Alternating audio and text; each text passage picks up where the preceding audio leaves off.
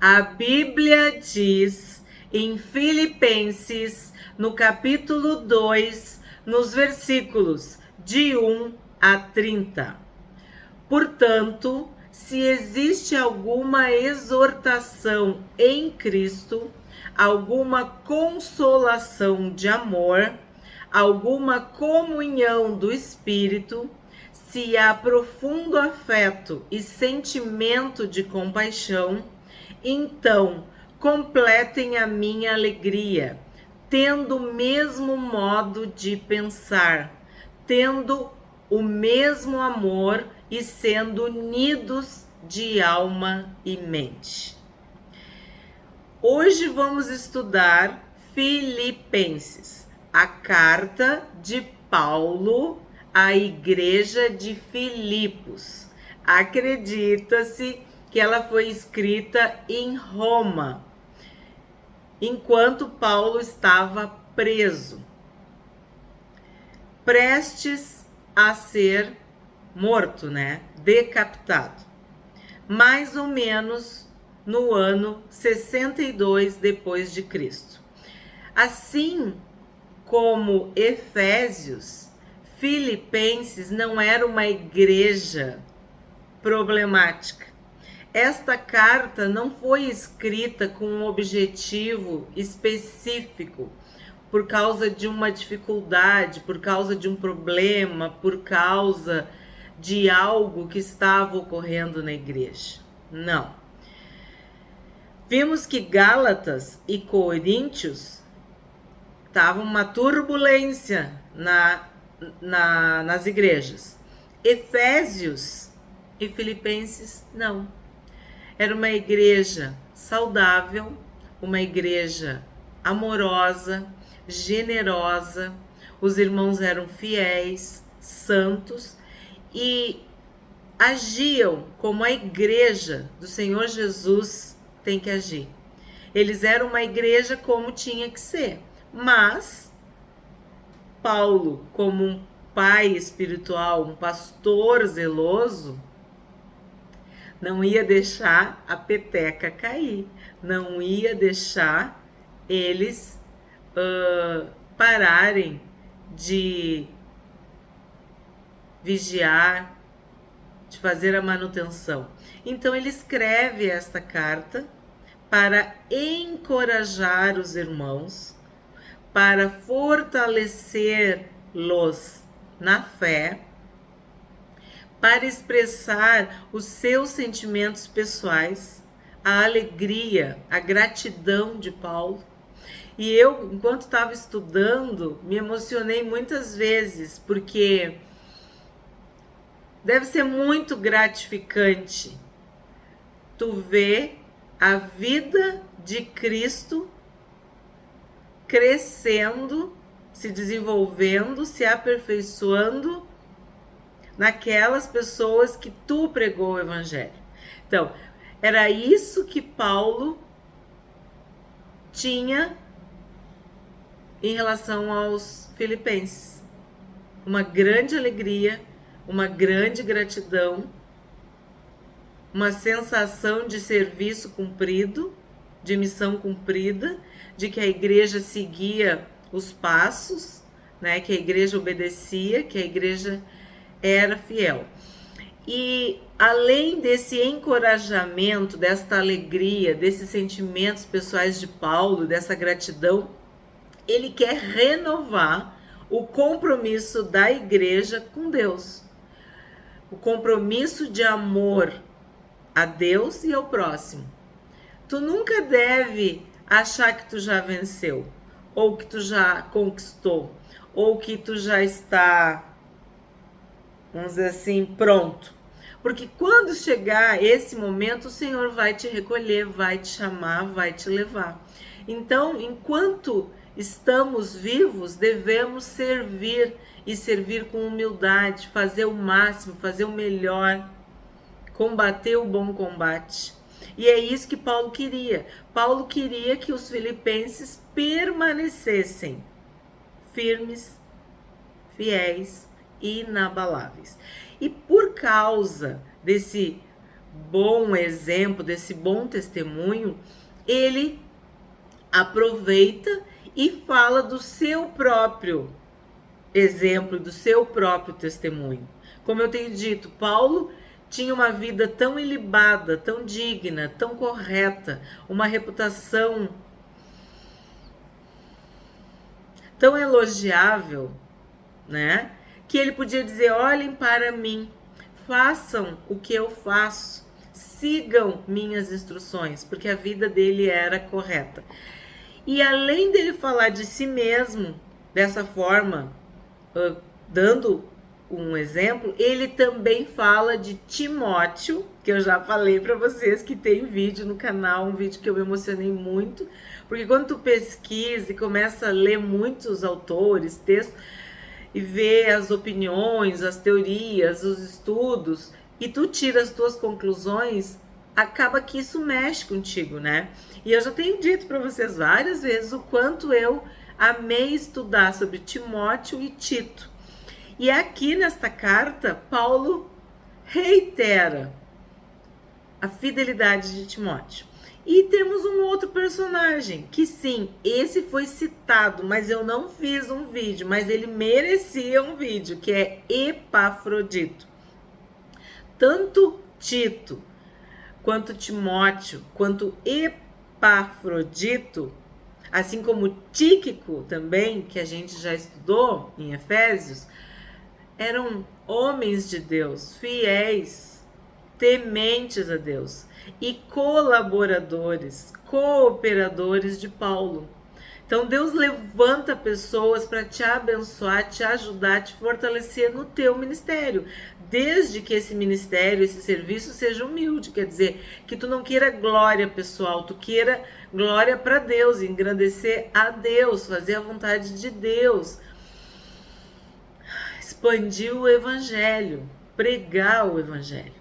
Então, como Paulo tinha esse objetivo verdadeiro, sincero, genuíno de glorificar Deus, o próprio Deus colocava homens e mulheres para o ajudar, para o ajudá-lo, para o ajudar, estava certo.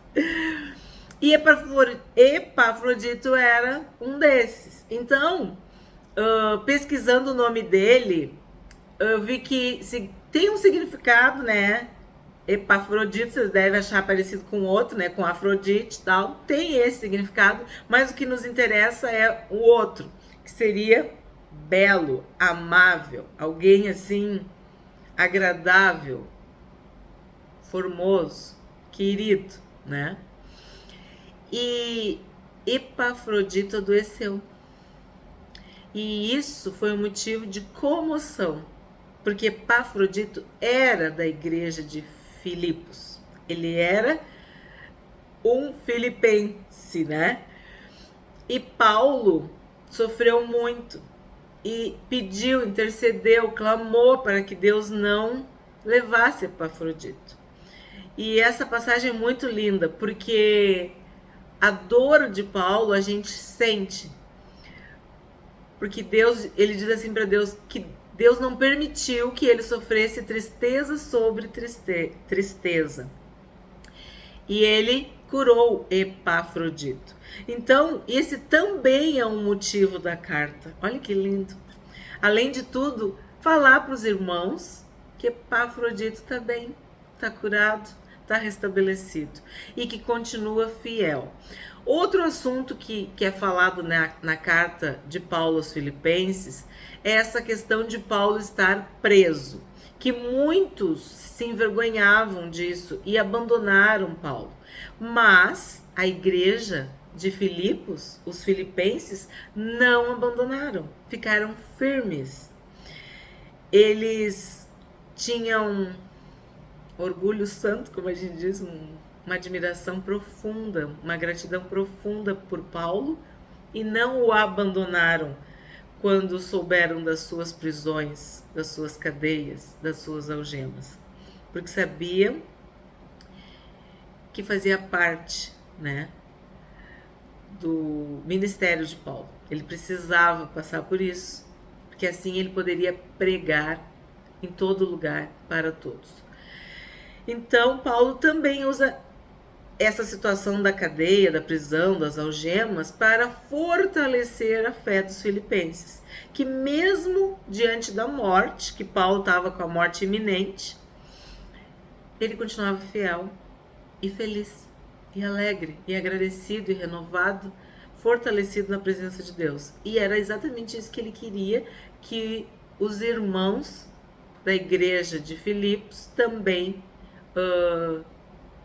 sentissem, também fossem assim, que eles se alegrassem no Senhor, mesmo diante de dificuldades, que maior não há, né, do que a própria morte. E Paulo estava no corredor da morte, diante da morte, prestes a ser martirizado pelo Evangelho. Mas ele continuava firme na fé. E os filipenses também. Outro assunto dessa carta é uma oferta generosa. Eu queria falar muito generosa da igreja, que Paulo ficou também comovido, né, emocionado pela generosidade dos filipenses. Tu vê quanta coisa boa? Que alegria, uma igreja que tu tem tantas coisas boas para falar, né? Vamos continuar. Outro assunto desta carta, vamos dizer assim, ou um contexto histórico que eu posso mencionar para vocês, é que a primeira pessoa que se converteu em Filipos, né, para essa igreja, era uma mulher. E ela chamava-se Lídia. E a história da Lídia, que era uma vendedora de púrpura, né, de um tecido, é contada em Atos. E como ela foi a primeira a se converter, a aceitar o Evangelho, a aceitar o Senhor Jesus, e ela era uma mulher, muitas outras mulheres se converteram também. Muitas mulheres serviam nesta igreja. E aí eu vou puxar a brasa pro meu assado, que eu até penso que isso também é uma característica. Uma igreja com muitas mulheres, uma igreja com muita alegria, incansável, generosa, sensível. As mulheres são assim. E talvez, né, isso é eu falando, esse serviço humilde e incansável talvez fosse uma característica feminina da igreja, porque muitas mulheres serviam. Claro, depois eu vou contar para vocês que algumas mulheres têm essas características e essas qualidades, mas temos outros problemas que depois a gente vai falar no outro capítulo. O que mais que eu posso falar para vocês de Filipenses, né? Da igreja de Filipos? De que Paulo e Silas, quando foram presos, um episódio também relatado em Atos, eles foram milagrosamente libertos. E isso aconteceu em Filipos. Então eu acho que eu falei assim um pouco para vocês sobre, vamos dizer assim, o contexto histórico da igreja, e que é muito positivo, é muito bonito saber que uma igreja tem mais qualidades, mais elogios do que defeitos e críticas. E aí olha o que Paulo começa falando. Portanto, se existe alguma exortação em Cristo, alguma consolação de amor, alguma comunhão do Espírito, se há profundo afeto e sentimento de compaixão, então completem a minha alegria tendo o mesmo modo de pensar, tendo o mesmo amor e sendo unidos de alma e mente.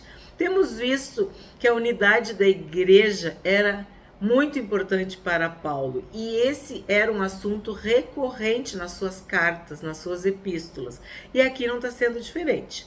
Não façam nada por interesse pessoal ou vaidade, mas por humildade, cada um considerando os outros superiores a si mesmo, não tendo em vista somente os seus próprios interesses, mas também os dos outros. Aqui tem um segredo. Tem uma chave espiritual. Tu não pode pensar em ti. Tu tem que pensar no bem comum, no bem coletivo, no grupo, na equipe, na família, na igreja.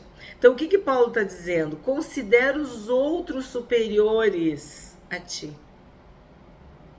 Olha para as pessoas com bons olhos.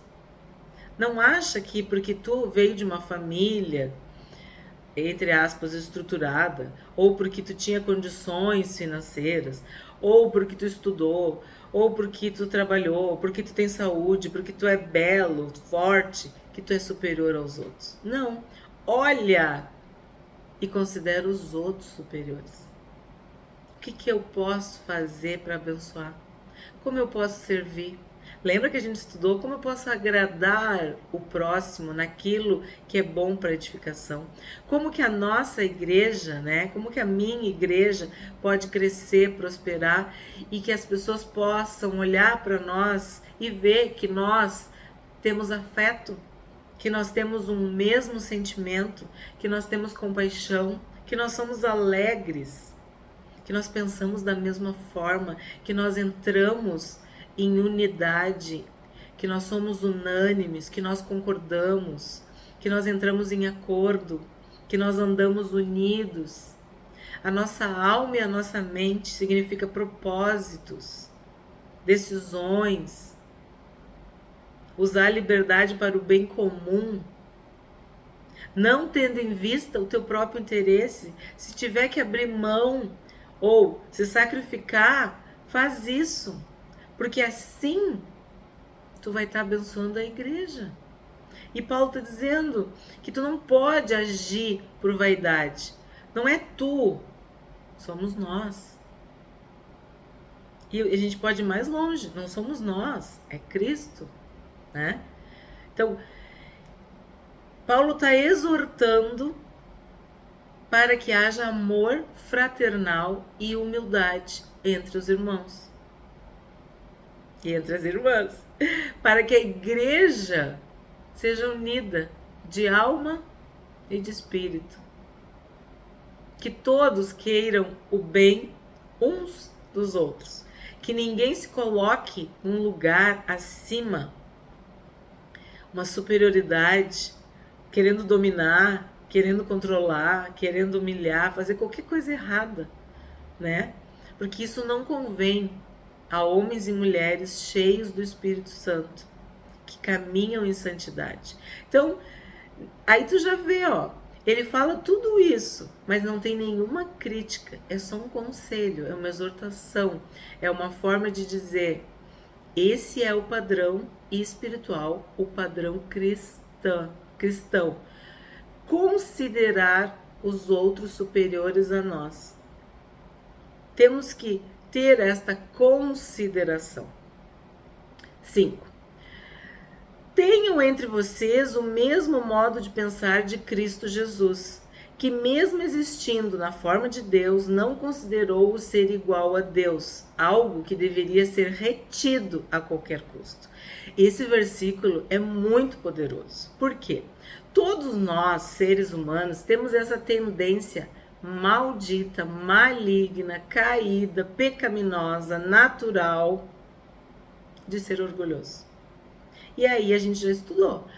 Orgulho, soberba, arrogância, vaidade, vanglória, importância.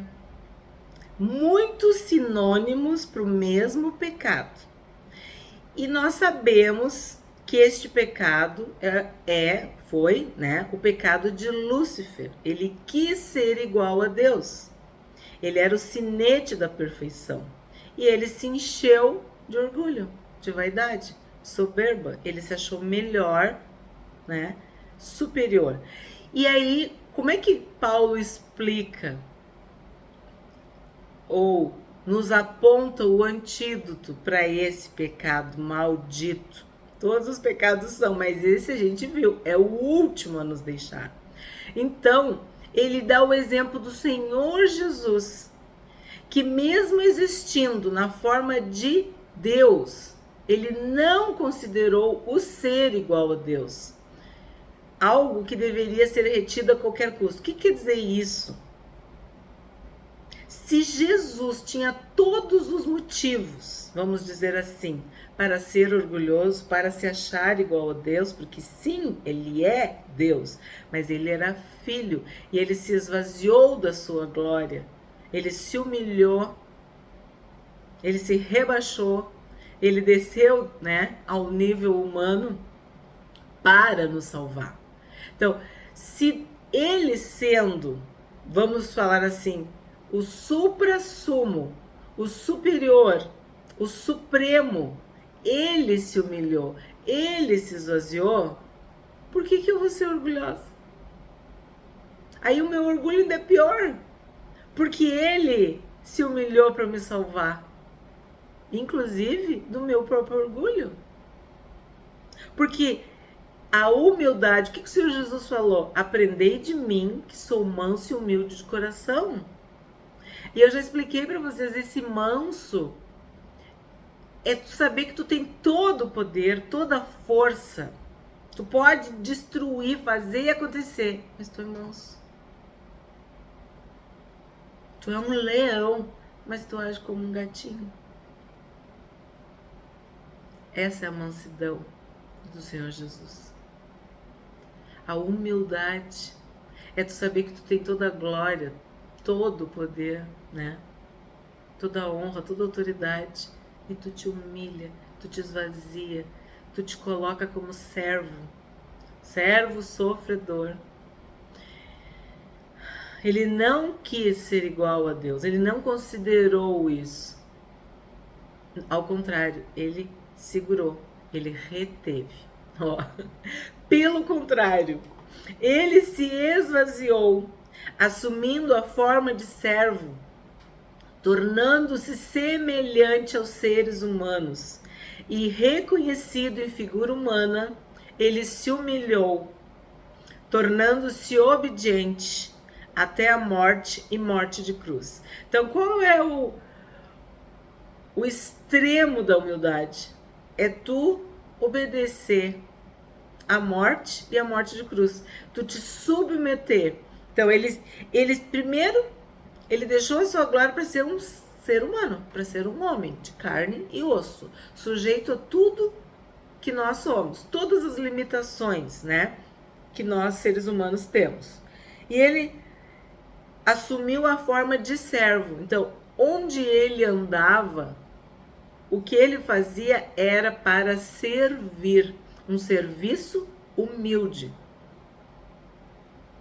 Ele não veio para ser servido, mas para servir. E aí diz que ele se humilhou, tornando-se obediente até a morte e morte de cruz. E sabemos que na cruz a vergonha não era só morrer, era ser humilhado, envergonhado, vituperado, machucado, torturado. A cruz era destinada para os piores, para a escória da sociedade. E o Senhor Jesus obedeceu até a morte e morte de cruz. Por isso também Deus o exaltou sobremaneira e lhe deu um nome que está acima de todo nome, para que ao nome de Jesus se dobre todo o joelho nos céus, na terra e debaixo da terra, e toda língua confesse que Jesus Cristo é o Senhor, para a glória de Deus Pai. Então, que lição nós temos aqui? De que quando tu te humilha, tu vai ser exaltado. Porque o Senhor Jesus se humilhou e ele foi exaltado de uma forma superior, sobremaneira, e recebeu um nome que tem todo o poder. E ao nome de Jesus todo joelho se dobrará e toda língua confessará. Temos vídeos no canal sobre esse versículo. E isso é a mesma coisa que nós devemos imitar. Entender que quando somos humilhados, o nosso coração está sendo trabalhado, tratado. Nós estamos aprendendo a humildade.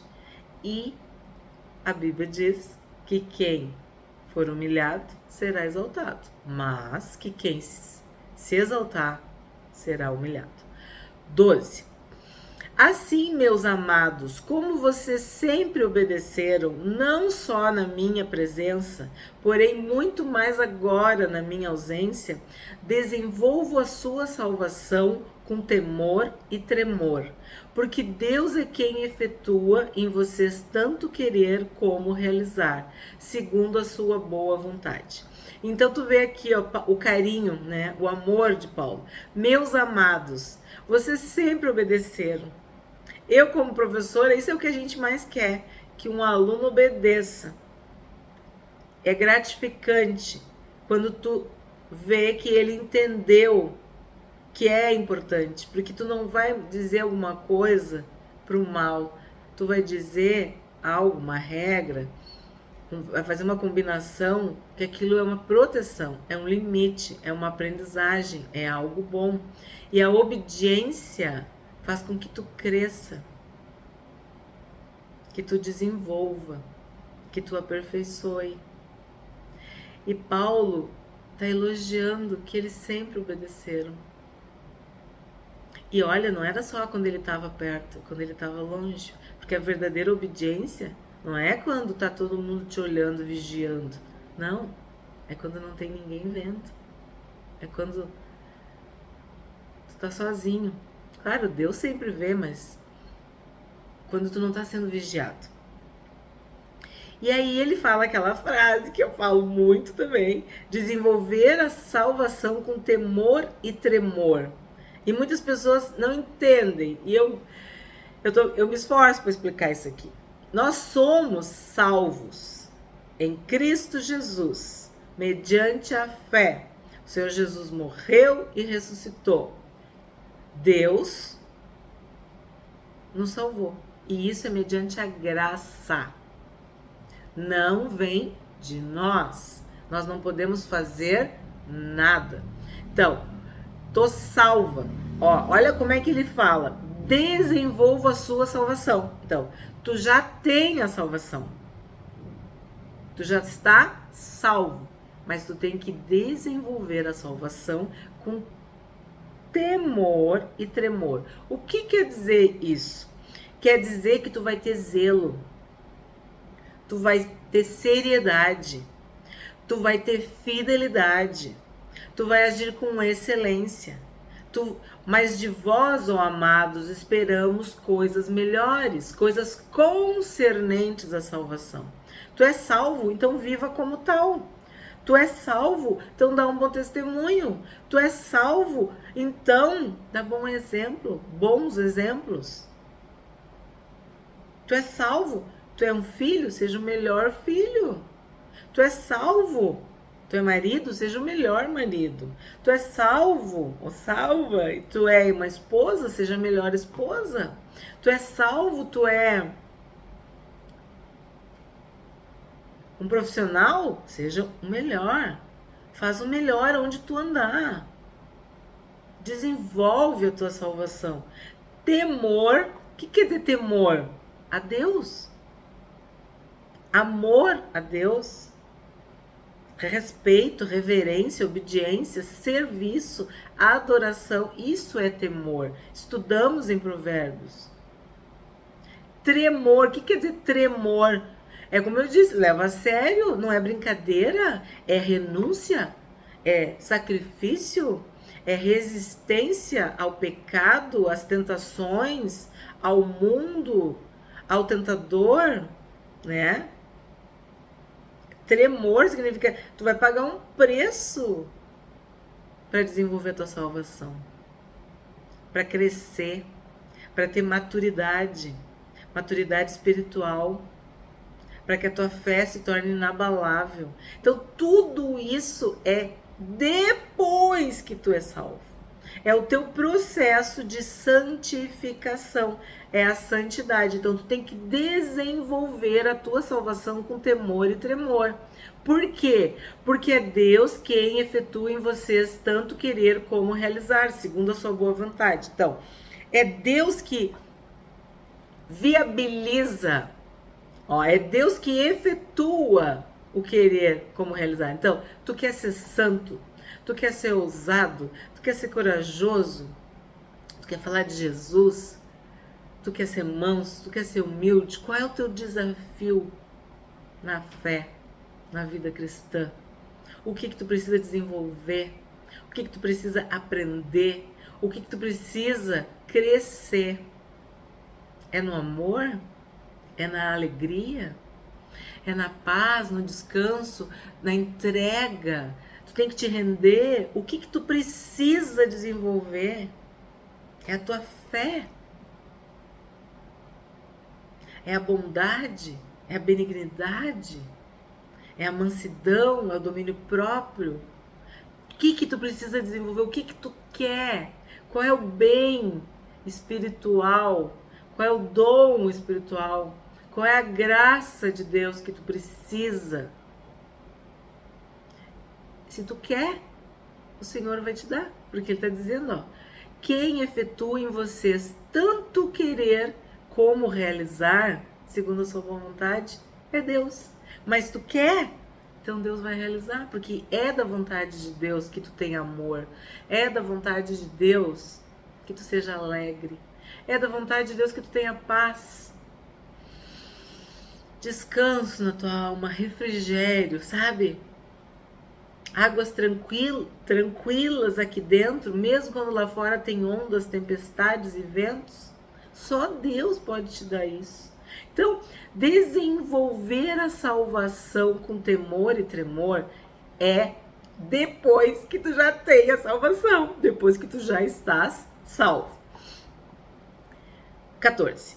Façam tudo sem murmurações nem discussões, para que sejam irrepreensíveis e puros, filhos de Deus inculpáveis no meio de uma geração pervertida e corrupta, na qual vocês brilham como luzeiros no mundo, preservando a palavra da vida.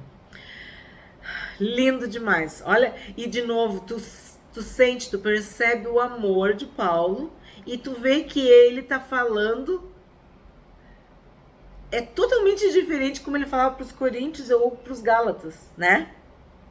Coríntios carnais, gálatas insensatos, né? Olha como é que ele diz: para que sejam irrepreensíveis e puros, filhos de Deus inculpáveis no meio de uma geração pervertida e corrupta, no qual vocês brilham como luzeiros no mundo. Então a gente percebe que ele não está criticando, ele está encorajando, ele está reiterando, tá dizendo, vocês são, eu vou falar assim, vocês são ótimos, mas vocês podem fazer tudo sem murmurações. Vocês são queridos, mas vocês podem fazer tudo sem discussões. Vocês são muito bons, ou sei lá, fazem as coisas corretas, mas vocês podem ser irrepreensíveis e puros. Ele está querendo estabelecer um padrão mais elevado ainda para uma igreja que já é ótima, que já é maravilhosa. Porque é isso que nós queremos na vida cristã. Brilhar cada vez mais, até ser dia perfeito. Então, sem murmurações. Vocês já viram quantas vezes este assunto apareceu? Quantos vídeos nós já temos no canal sobre este pecado da murmuração? Vocês viram como tem coisas que são realmente muito sérias, muito graves, muito perniciosas, muito perigosas e muito comuns? Murmurar. Os murmuradores não herdarão a terra prometida, eles não entraram na terra. Fazer as coisas murmurando, eu já disse para vocês, é falando com o inferno, falando com o diabo. Se tá difícil, ora. Se tu tá feliz, louva, adora, glorifica. Onde que entra a murmuração, a queixa? Quem quiser murmurar, se queixar, lembra que a gente viu?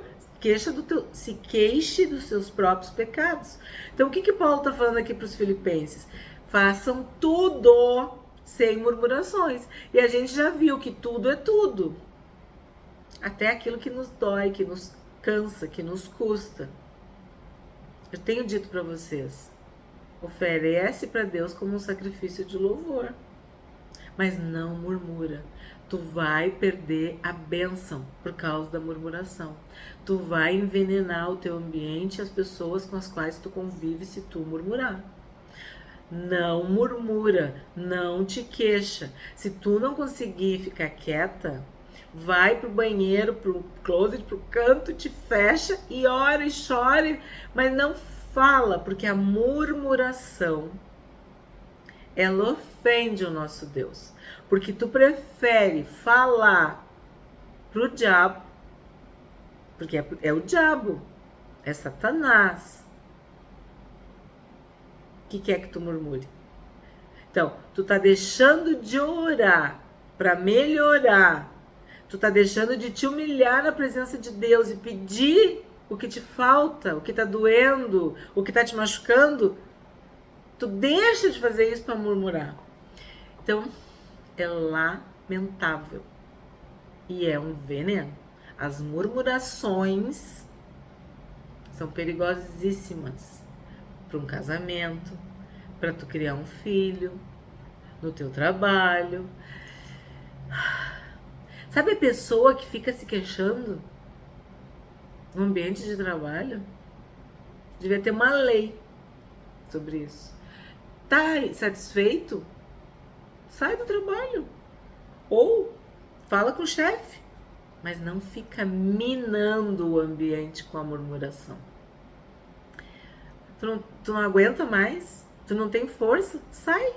Seja honesta, seja honesto e diz assim, ó, não aguento mais, não consigo mais, isso aqui tá me matando. Vou me demitir. Não, a pessoa odeia aquele trabalho. Ela não suporta aquelas pessoas. E aí o que ela faz? Ela continua, mas ela murmura de manhã, de tarde, de noite. Ela dorme murmurando, ela acorda murmurando. Tu acha que vai melhorar? Claro que não, porque a murmuração, ela é do inferno. São demônios que querem que tu murmure. E aí Paulo está dizendo, façam tudo sem murmurações. E aí depois o que vem na sequência? Discussões. Então, o que a murmuração produz? Qual seria o outro nível da murmuração? Discussão, conflito, tensão, discórdia, confusão. Por isso que eu digo, ó, fica quieta, fica quieto, te afasta, te equilibra e depois tu volta, mas de boca fechada. Vimos incansavelmente em Provérbios. Estudamos tanto sobre isso, né? E aí ele fala que nós somos filhos de Deus inculpáveis. Sim, somos libertos de toda a culpa. O Senhor Jesus nos libertou. E nós somos luzeiros nesse mundo. Mas olha o que Paulo fala. Nós estamos no meio de uma geração pervertida e corrupta. Não ignora isso. Não esquece que o mundo jaz no maligno. Que o sistema do mundo está caído. Que a cultura do mundo ela é contra a cultura de Deus. É contra a Bíblia, é contra a igreja. Então, nós estamos no mundo para iluminar. Essa é a nossa missão.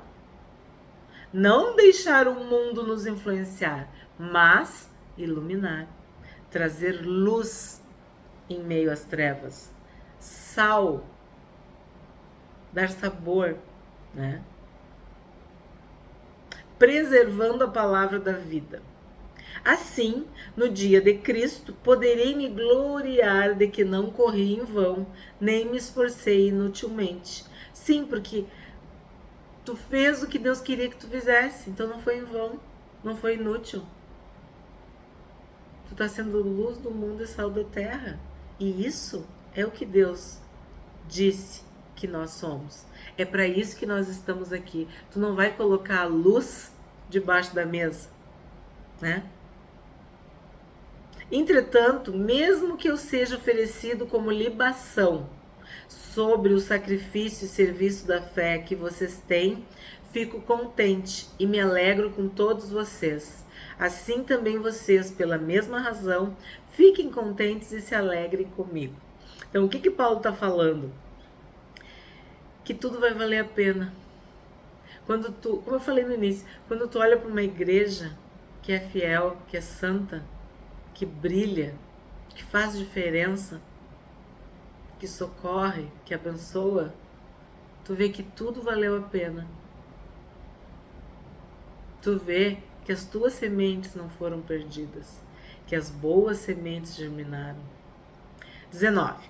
Espero no Senhor Jesus enviar-lhes Timóteo o mais breve possível, a fim de que eu me sinta animado também ao receber notícias de vocês. Olha que amor, olha que querido. Ele está à beira da morte.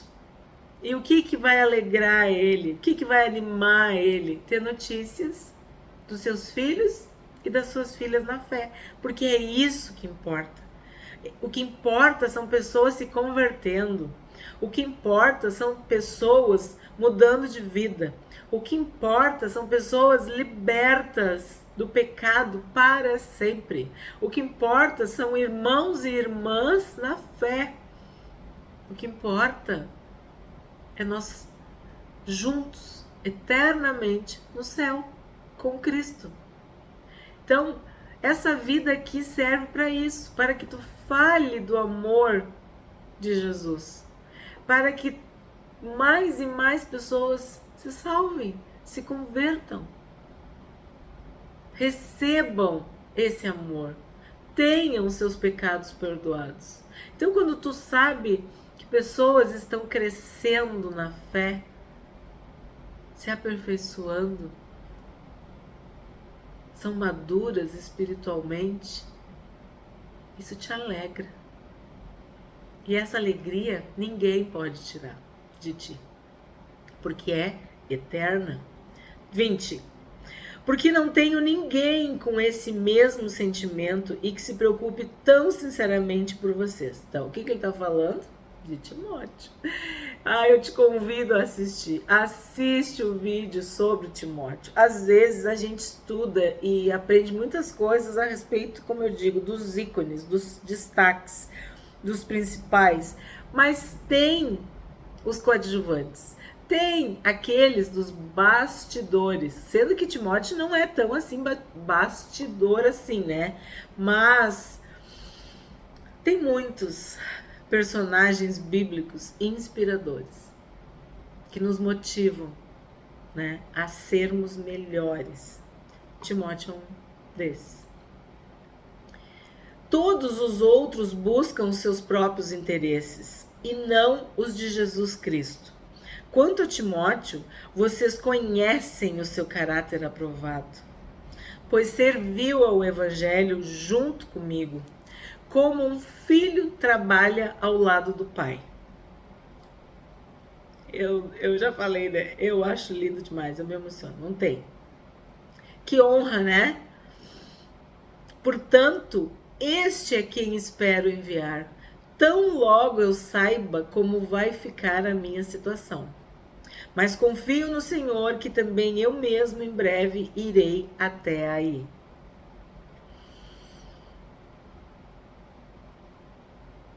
A gente sabe que não foi assim, né, gente?